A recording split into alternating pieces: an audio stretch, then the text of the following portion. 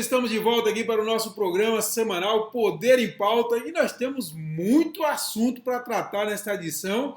Uma edição, como estava sendo se lembrado aqui, a primeira edição pós-Lula Livre, né? Que muda o Lula Livre aqui para o Tocantins. Terá impacto aqui no Estado? Essa é uma questão que nós vamos debater aqui. Outra questão, as baixas do governo Carles. Nós tivemos dois nomes de primeiro escalão que deixaram o governo semana passada. O que pode ser isso? E o Dimas, que vai se filiar nesta terça-feira ao Podemos, né, depois da expectativa que foi gerada para onde ele iria. E também vamos falar da extinção de municípios, a situação que fica o senador Eduardo Gomes, que é líder do governo Bolsonaro no Congresso Nacional e é representando um estado em que 50% dos municípios do estado vão acabar se a história for até o fim. E por fim, a eleição suplementar lá de Lajeado com o Dr. Tércio, nós vamos estar falando um pouco sobre, após a cassação do Dr. Tércio, vamos estar falando sobre a movimentação lá de Lajeado. E vamos lá, vamos começar já o programa aqui sem muita conversa fiada, falando sobre a questão que marcou aí o final de semana. Tivemos muitos debates aí nas redes sociais, que é a questão do Lula. O Lula, depois de 1 ano, 8 meses e um dia, 7 meses e um dia, foi solto, né, depois daquela decisão mais política que jurídica do Supremo Tribunal Federal para alguns, de que a prisão só vai poder ocorrer após todo transitado em julgado e não mais após condenação em segunda instância. Como digo, a maior parte do mundo é desse jeito. Condenação em segunda instância, cadeia. Aqui no Brasil vão levar aí até últimos recursos, né? Dizem que até lá no céu vai esperar recurso lá de São João, alguma coisa assim, para definir prisão de gente aqui no Brasil. Mas, de toda forma, isso tem um impacto na política. Eu conversei com o deputado federal Célio Moura no sábado, e ele já deu uma notinha. Ele teve lá em São Bernardo do Campo, no segundo comício do Lula, inclusive, discursos inflamados, um Lula longe daquele Lulinha Paz e Amor de 2002, um Lula pregando que é até uma convulsão social que tem que fazer no Brasil, como está sendo feito no Chile, etc. e tal.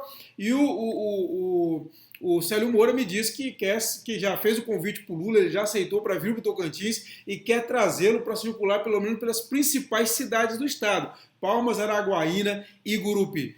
Vamos conversar aqui com nossos convidados, então. Vamos conversar com o amigo Doc, que está sempre aqui comigo. Doc, e aí, meu companheiro? Lula livre e o Brasil caminha para onde? E o nosso Tocantins? Quais os impactos disso que você vê? Boa tarde, Kleber. Boa tarde, Arnaldo. A todos os nossos telespectadores aí que acompanham o nosso programa toda semana.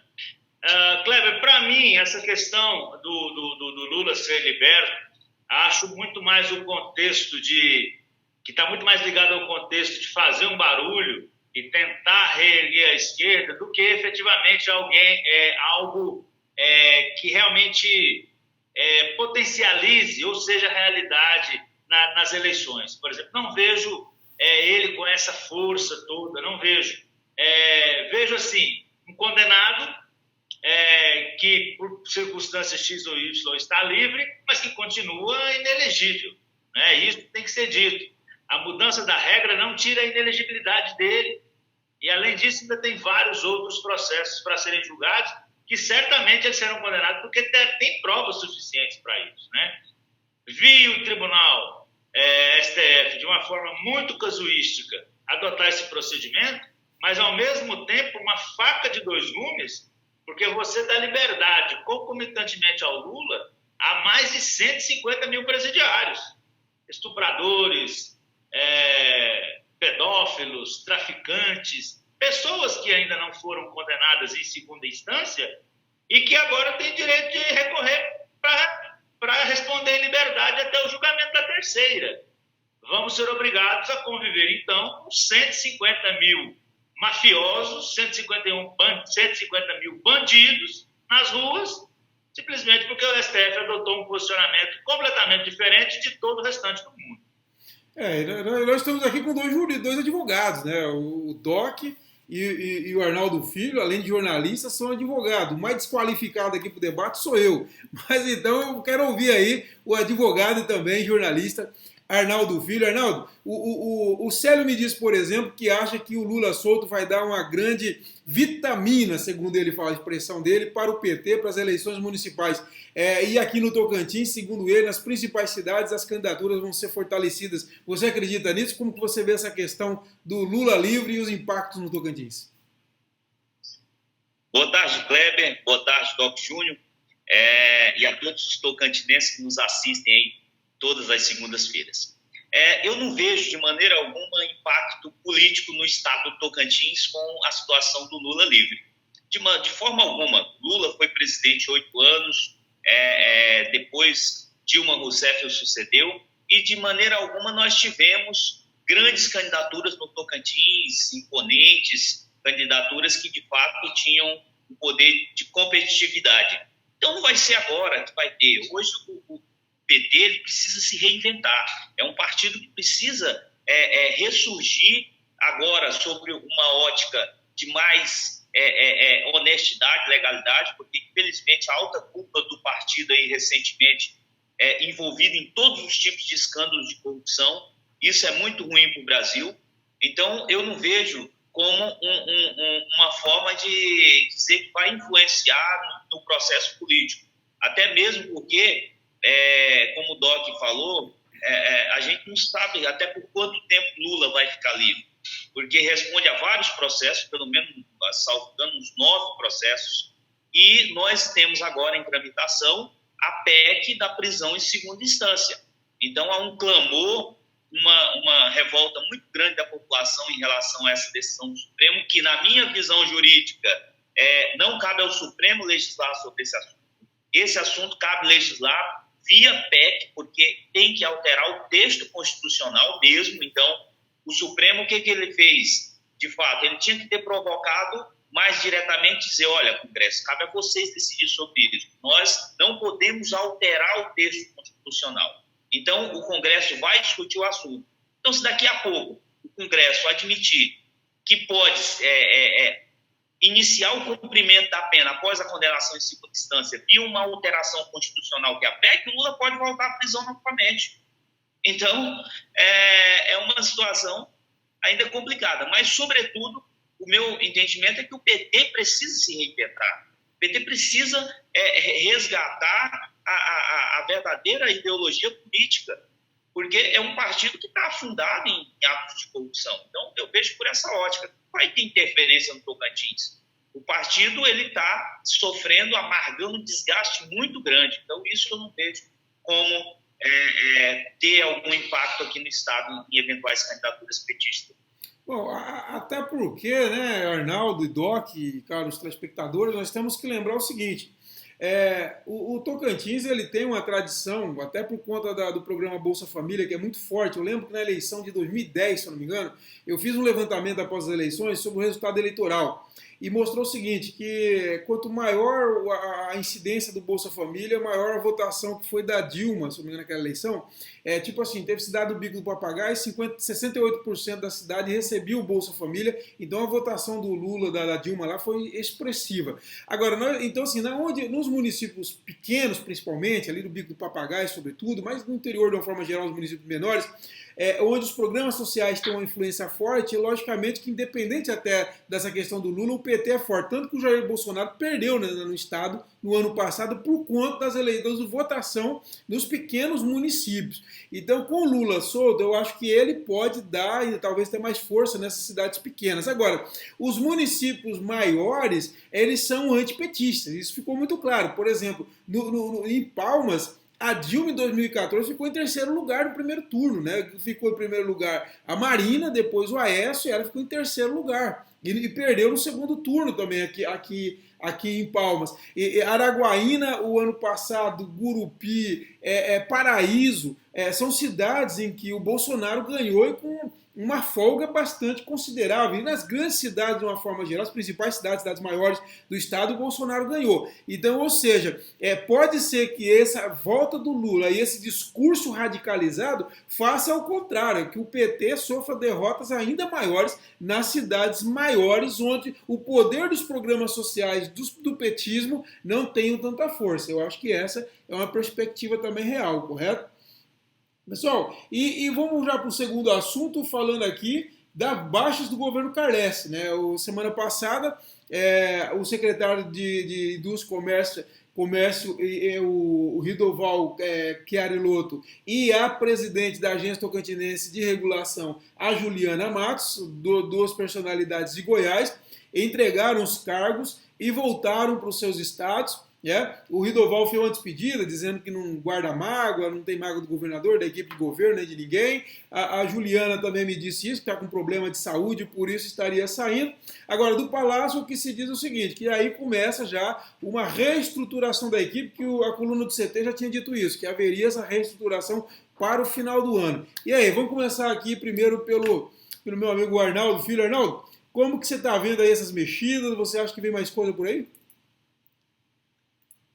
Eu acho que vem mais mudanças por aí. Até o fim do ano, eu acredito que muita coisa vai mudar. E não vejo que essa saída seja simplesmente uma questão de, digamos assim, de reestruturação administrativa. Eu acho que há alguns desentendimentos internos que possam estar resultando nessas baixas. Nós tivemos baixas anteriores a essas, como, por exemplo, Renato Assunção e outros aí, e não foi simplesmente por uma reestruturação administrativa. A gente sabe que foi mais por desentendimentos em relação a quem manda, quem realmente dará as cartas. Então, o governo ele precisa se organizar, sim. O governo precisa falar a mesma língua com o seu secretariado. E está faltando isso aí. Eu não estou vendo uma harmonia na gestão do alto escalão. Eu estou vendo algo meio solto. Então, talvez essa renovação no fim de ano, digamos assim, para iniciar 2020 com o pé direito, possa ser bem-vinda. Toque, e aí, meu companheiro, como que você viu aí essas mudanças na equipe do governo? Olha, em relação à ATR, o desgaste já era muito grande, desde que todas as câmaras municipais, todas eu digo no sentido figurado, começaram um embate com a BRK, né? Principalmente em Palmas, quando a Câmara de Vereadores quis dar força à ARP, né, a agência de Palmas, e houve embates e mais embates. A presidente da ATR foi convidada em diversas oportunidades aí pela Câmara de Palmas e pela Câmara de Gurupi e outras para dar explicações acerca da fiscalização em relação à BRK ambiental. E ela não foi convincente quase nunca. Então, esse desgaste ele existia e era muito complicado mantê-lo no cargo. Contra o Ridoval Chiarilotto, tenho contato com ele razoável, o conheci quando chegou aqui, mas estreitamos os laços. Mas ele disse mesmo que a falta de autonomia para decidir emperrava um pouco o projeto que ele havia se proposto a fazer. Na questão, por exemplo, da revogação dos tares dos frigoríficos, por exemplo, ele foi o último a saber da história. Ele só soube depois que estava divulgado no Diário Oficial, e isso é péssimo, né? Porque ele já havia prometido um monte de coisa para os frigoríficos para eles se instalarem. Aí depois ele é o último a saber que revogou os tares, né? Em outras circunstâncias, ele quis também trazer uma espécie de uma montadora de peças de trator para um pátio multimodal em Gurupi ou em Porto Nacional. E aí, na hora de levar o incentivo fiscal, a Secretaria da Fazenda demorou cerca de 60 dias para pensar no caso. E isso realmente traz desgaste, porque ele vai lá, convida a empresa para vir, promete mundos e fundos. Chega aqui, não cumpre, fica complicado para ele, né? Ele é um sujeito empresário de longo tempo. O Chiarilotto chegou a montar uma concessionária da Ford em Araguaína, lá na década de 70. Ele tem vínculos com o Tocantins e conhece do mercado.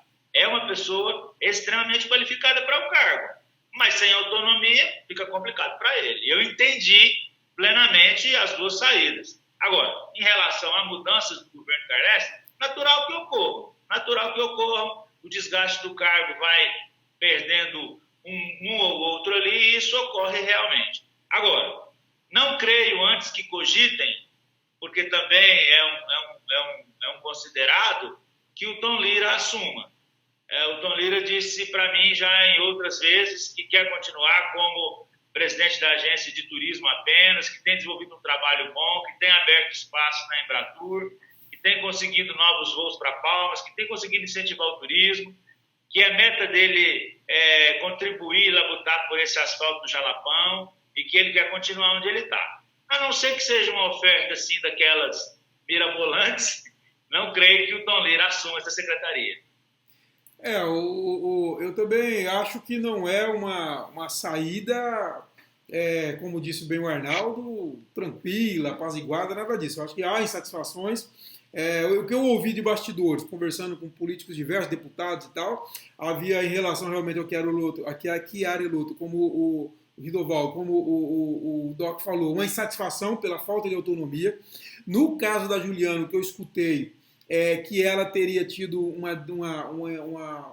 desentendimento com o vice-governador Vanderlei Barbosa, que isso aí teria gravado, já havia esse desgaste em relação ao BRK, a municípios, prefeitos, vereadores e tal, e ela negou para mim, disse que não teve nenhum problema com o Vanderlei, mas alguns deputados falaram para mim que teria tido alguma discussão na frente de alguns empresários e tal, enfim, teria ficado por aí. Em relação a essa pasta, eu sei que antes da posse, quem tinha muito estava sendo muito cogitado até para essa pasta é o presidente da Federação das Associações Comerciais e Industriais, Fabiano do Vale. Ele foi cogitado, o nome dele foi cogitado na área. O Tom Lira vem batendo na trave já faz alguns tempos, né? E o Tom Lira é muito qualificado. O Tom tem uma rede de contatos internacionais fenomenal, que eu acho que isso é fundamental para essa pasta. Então seria um upgrade para o Estado, não para ele, para o Estado, tê-lo como secretário de Indústria e Comércio, e um trabalho à frente do turismo, ele poderia com certeza continuar desenvolvendo aí, dando poderes para aquele que ocupar a agência. Agora, vamos ver o que o governador vai decidir. De toda forma, realmente, chegando a um ano de governo, eu acho que as informações que me chegam do Palácio é que vem sim algumas mudanças, algumas adequações para obter os resultados que o governo quer obter das metas que ele traçou, né, em termos de gestão. Pessoal, vamos então para a nossa terceira pauta, falar rapidamente, que nós já falamos sobre isso, que o Dimas se filia nessa terça-feira ao Podemos, né, havia uma dúvida para onde o Dimas ia, e agora está se filiando ao Podemos.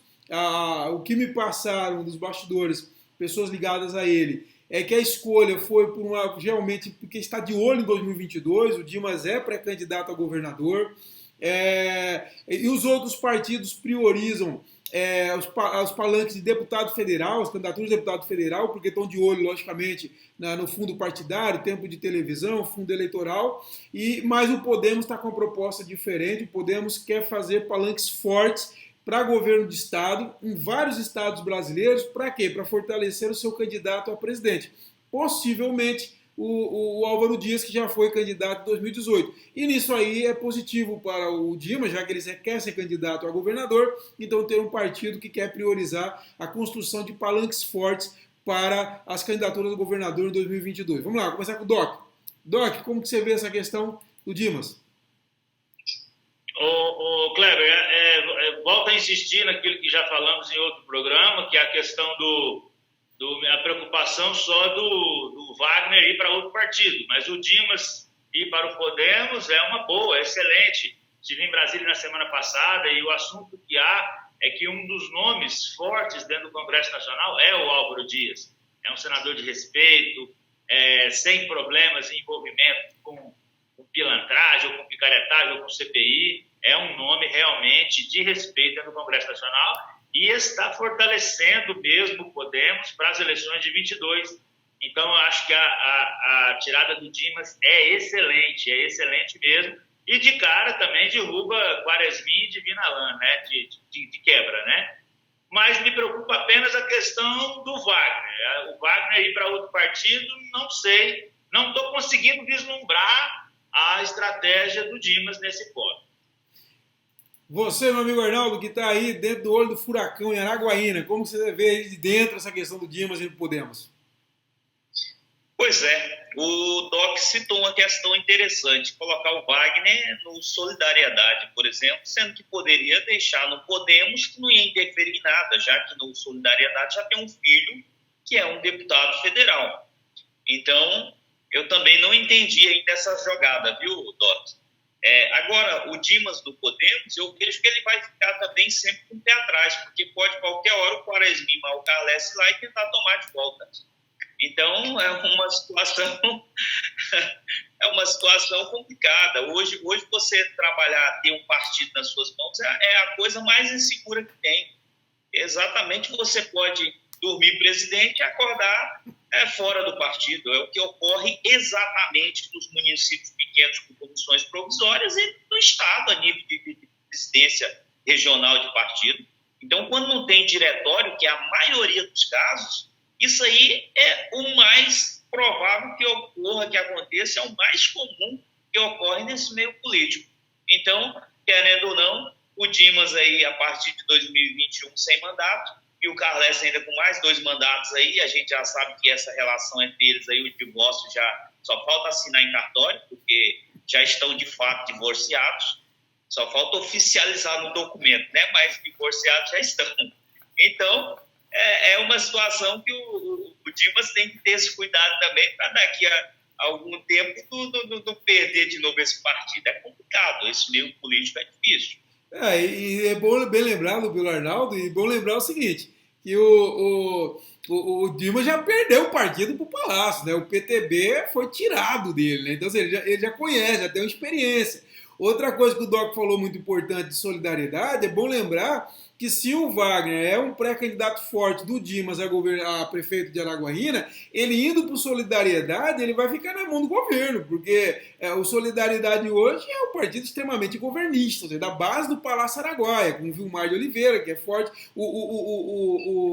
como chama? O Léo Barbosa, filho do vice-governador, Vanderlei Barbosa, é do Solidariedade, então eu também não entendi essa jogada de colocar o Wagner no Solidariedade, e realmente tem esse risco. O Doc quer falar alguma coisa, Doc?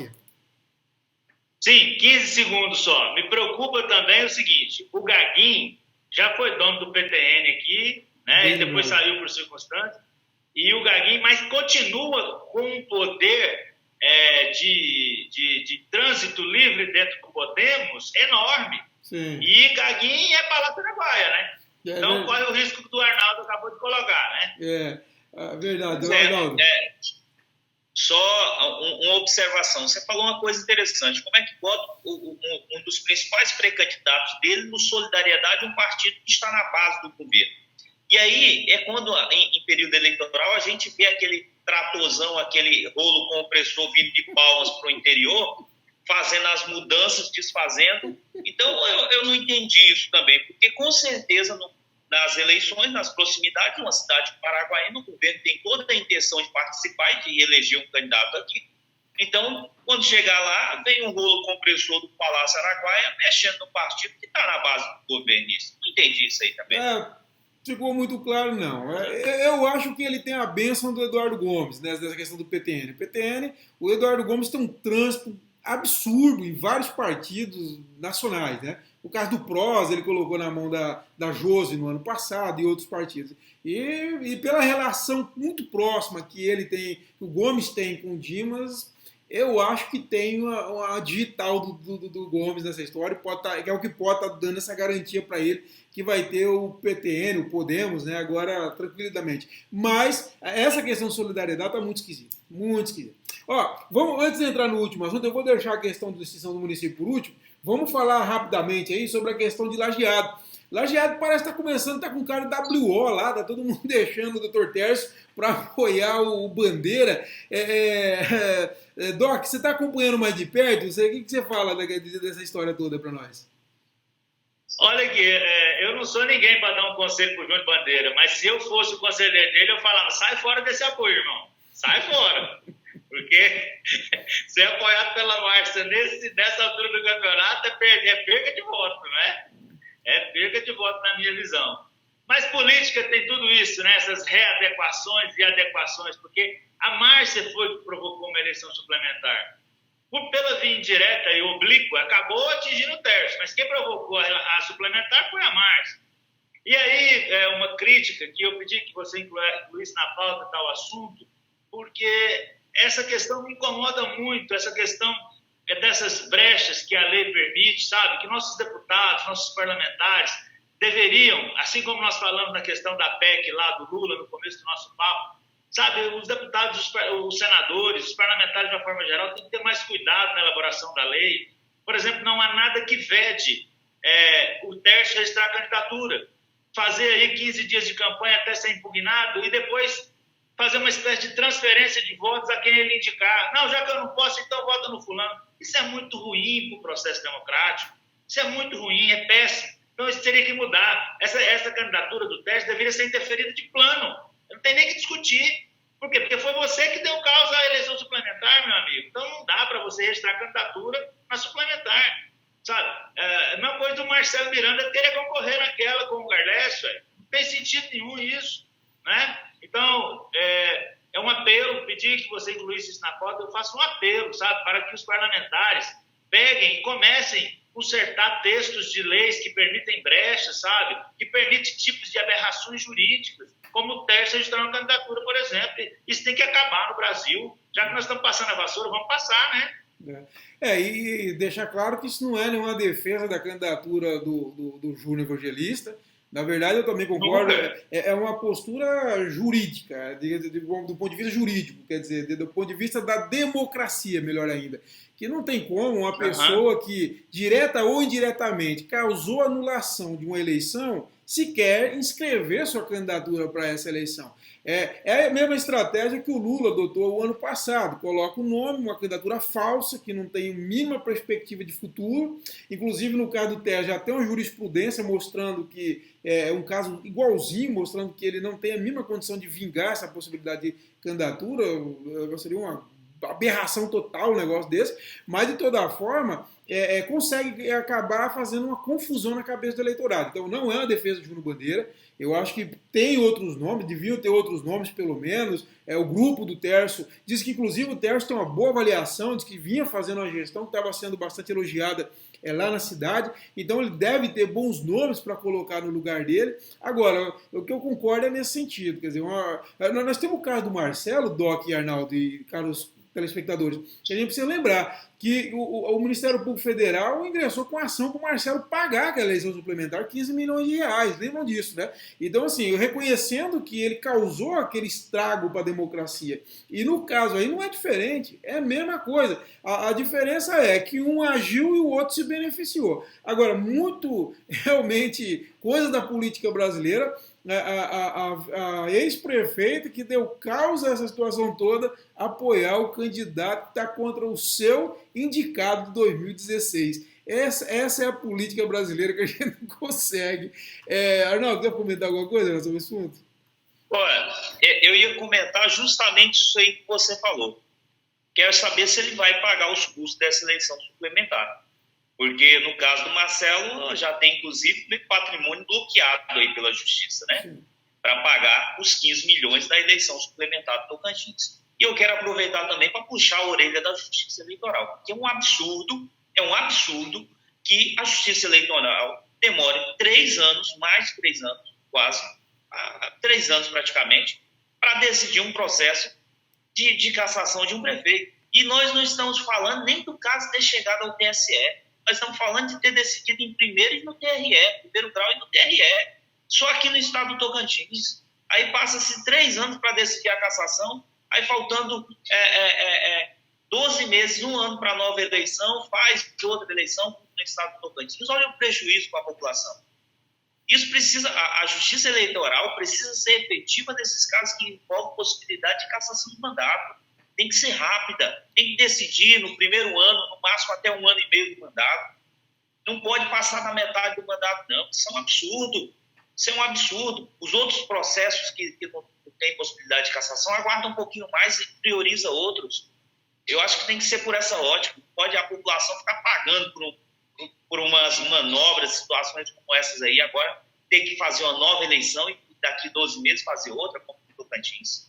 E é bom lembrar, né, Arnaldo? Você lembrando bem dessa situação, é que isso aí não é simplesmente uma eleição e outra eleição, não. Isso aí para uma cidade. Como parou o Tocantins, nós tivemos 2 cassações aqui que pararam o Tocantins e param a cidade. Você não tem como tocar direito tocar uma licitação, você não tem como tocar uma gestão, ou seja, fica tudo em compasso de espera e a população paga por isso. Então tem que ter mais celeridade. O Arnaldo está coberto de razão. Essas coisas, assim, é um absurdo que na época de tudo digitalizado, tudo, sabe, informatizado, tudo na alta velocidade, a gente levar 3 anos para concluir um processo desse. Sabe, hoje tem razão. Pessoal, para a gente fechar então a nossa pauta, vamos lá falar sobre o tema mais polêmico para nós tocantinenses, que é a extinção de a possibilidade de extinção de quase 50% dos municípios do estado. Mas deixa eu lembrar uma coisa, o governo federal não vai passar um trator em cima de lugar nenhum. Calma, não é assim. É simplesmente o que são municípios que tem 5 mil habitantes, até 5 mil habitantes, e não tem 10% da sua receita em relação à receita corrente, receita própria, em relação à receita corrente líquida, deixa de ser município e se torna parte de um município maior. Essa é a ideia que o governo Bolsonaro apresentou semana passada, mas ainda foi bastante polêmico, nós já colocamos aqui, são 49, alguma coisa por cento dos municípios, são 69 dos 139 municípios do Tocantins nessa situação. Na verdade, tiram 3, porque tem 3 que têm uma receita bem significativa, então nós temos aí 66 municípios. E eu fiz um levantamento, que eu tive acesso a uns dados, que mostra o seguinte, mais de 80% desses municípios têm menos de 5% de receita própria em relação ao total de receita. Essa é a relação correta, só para me corrigir. O texto da PEC diz o seguinte, que os municípios até 5 mil habitantes têm que ter pelo menos 10% de receita própria em relação à receita total. O que acontece? Esses municípios, esses 66 municípios, tem 82% deles tem até 5% só de receita própria em relação à receita total, ou seja, é muito difícil, por mais que dê prazo, para esses municípios conseguirem atingir esses 10%. Até porque a forma como esses municípios foram criados no Tocantins privilegiou unicamente a geopolítica. Ou seja, havia um grupo, o grupo de Siqueira, que era hegemônico, e que queria dividir força do MDBismo, que era a hegemonia na época. O que faz? Você cria município. Então você criou município sem preocupação com a questão financeira, com a questão administrativa, unicamente com a questão geopolítica. Você dividiu o poder político dos seus adversários. E, logicamente, tem essas situações que nós temos aí. Para você ter uma ideia, nós temos, se eu não me engano, 3 ou 4 municípios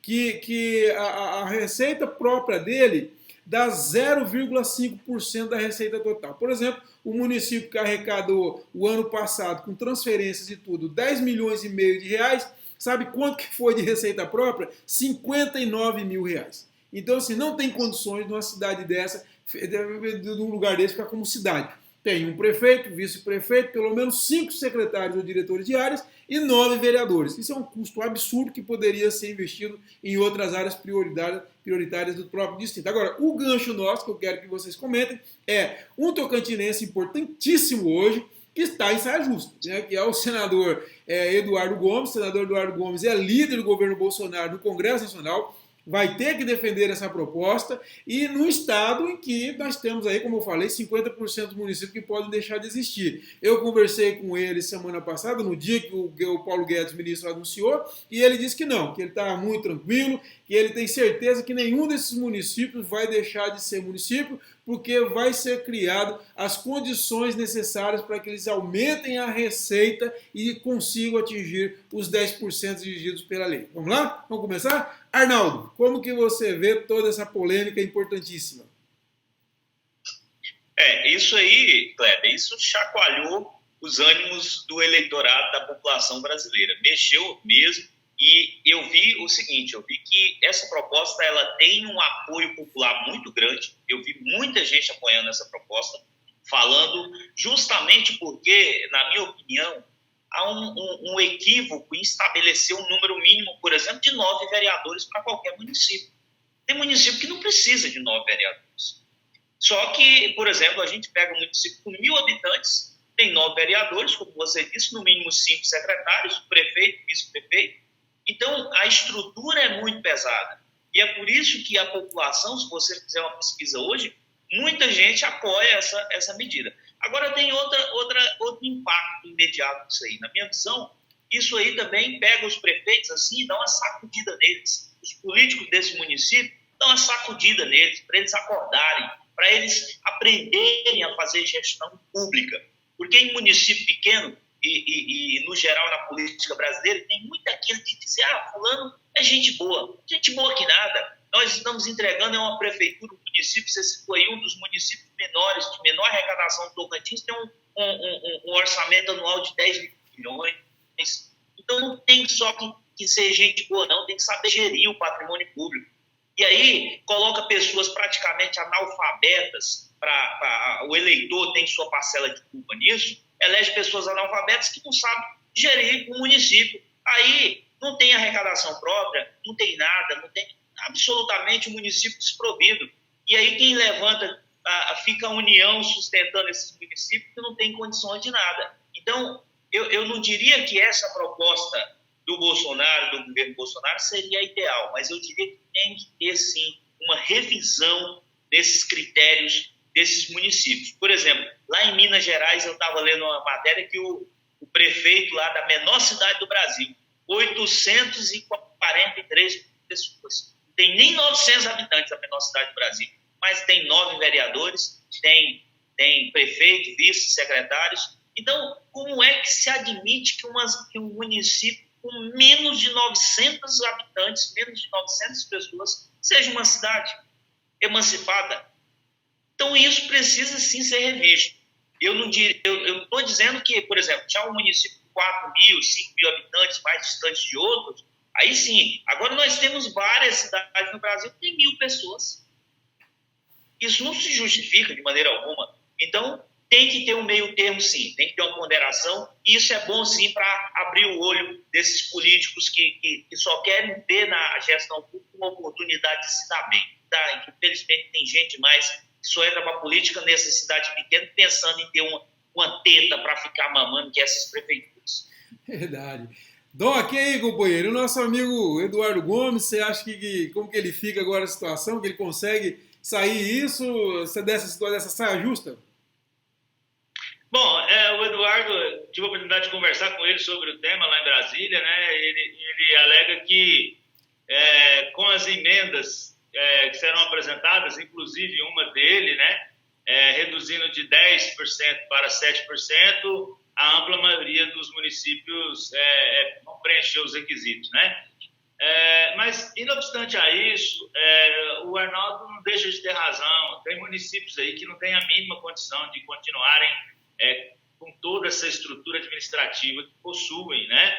Alguns realmente têm que passar por um caráter avaliatório para que se readequem, mas tem alguns que nem passando pelo crivo reavaliatório não vão passar, porque realmente não têm condições de sobreviver sozinhos. Ao passo que existe uma infinidade de regras que proíbem, por exemplo, Luzimangue de se tornar a cidade, com 35 mil pessoas, completamente autossustentável, né?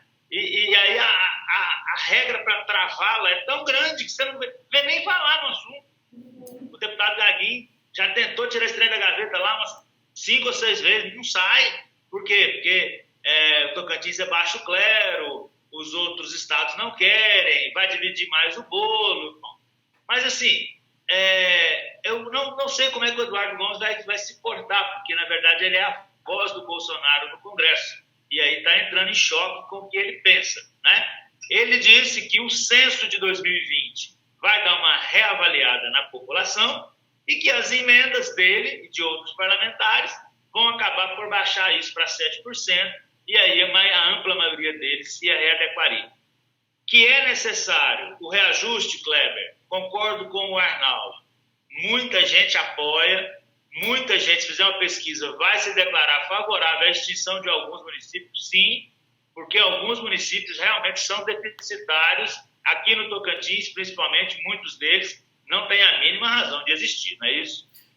E o fato do Gomes aumentar para 7% esse índice não vai resolver muita coisa, Porque, como eu disse, o levantamento que eu mostrei sobre a arrecadação de 2018, 82% chegam no máximo a 5%. Né? E se eu não me engano, a 4%, 3% é questão de 70% dos municípios. Então, assim, vai ser muito difícil, muito difícil. Até por isso eu acho que, na verdade, isso é um boi de piranha. Até escrevi sobre isso semana passada, que o Guedes coloca isso lá no texto para ver se passa a boiada. Então, assim, enquanto fica todo mundo preocupado discutindo isso, ele negocia. Tá bom, eu abro mão disso, mas deixa outras coisas passarem. Eu acho até ainda mais considerarmos que ano que vem é um ano de eleição municipal. Como que o Congresso vai aprovar isso aí. E só colocando antes de passar para o DOC, isso aí, esses absurdos foram causados no momento em que quem criava município era a Assembleia Legislativa. Tem gente irresponsável que defende que a Assembleia Legislativa deveria voltar a criar município. Isso é irresponsabilidade. Eu acho que tem sim essas aberrações, como o Doc falou muito bem, Luzimã, que tem todas as condições do mundo para ser município. Agora, quem tem que decidir isso é o Congresso Nacional, porque decidir isso dentro de uma ótica, de um debate nacional, e não com política paroquiana, quando isso é feito pela Assembleia Legislativa. Doc. Não, só um detalhe aí, eu vou pela primeira vez puxar a sardinha para o meu lado aí, né?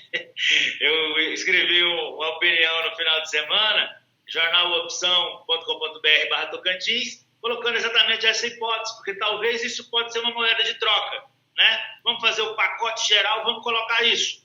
E aí, para aprovar o pacote, a gente tira essa história de extinguir o município e aprova o resto.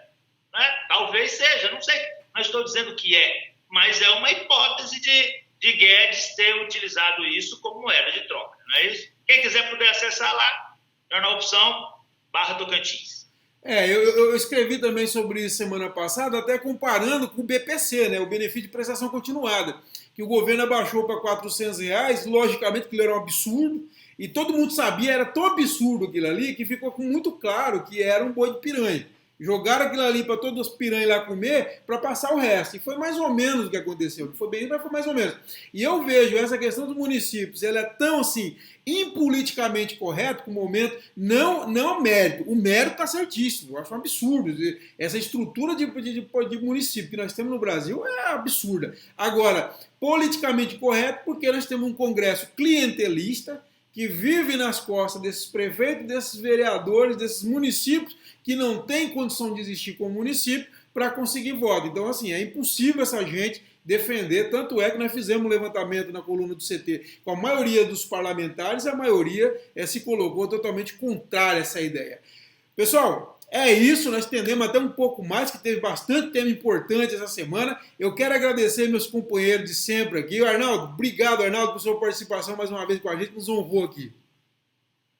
Valeu, obrigado ao telespectador tocantinense. É muito bom sempre estar compartilhando aqui, debatendo esses assuntos. Acho que a gente precisa, de vez em quando, puxar a orelha dos políticos aí, dos nossos representantes, e essa PEC ela vai dar uma puxadinha de orelha para melhorar a gestão pública, para melhorar a arrecadação dos municípios, porque muitos prefeitos aí não se preocupam, na verdade, em implantar sistemas. Eu não digo explorar a população, não. É ter uma gestão organizada, eficiente, é o que a maioria desses municípios não tem, porque simplesmente os prefeitos, tem muito prefeito até analfabeto, mal sabe escrever o nome. Doc, obrigado, amigo, mais uma vez, estamos indo longe. Estamos indo longe, Kleber, estamos indo longe. A despeito dessa discussão de PECs e outras PECs, logo a PEC 48 do Senado, e que recebeu o número 61 na Câmara dos Deputados, vai entrar em votação e aí nós vamos discutir aqui com mais calma, mas quem puder já dar uma olhada, é a PEC que permite que os deputados façam doações diretamente aos prefeitos. Isso aí é tiro no pé mesmo. Mas um abraço a todos, vamos falando, até segunda que vem, Kleber. Um abraço, gente, obrigado, amigos, e você, telespectador, obrigado por ter ficado com a gente até agora, e nós voltamos na semana que vem com mais um Poder em Pauta discutindo a política do Tocantins. Um abraço a todos e até lá.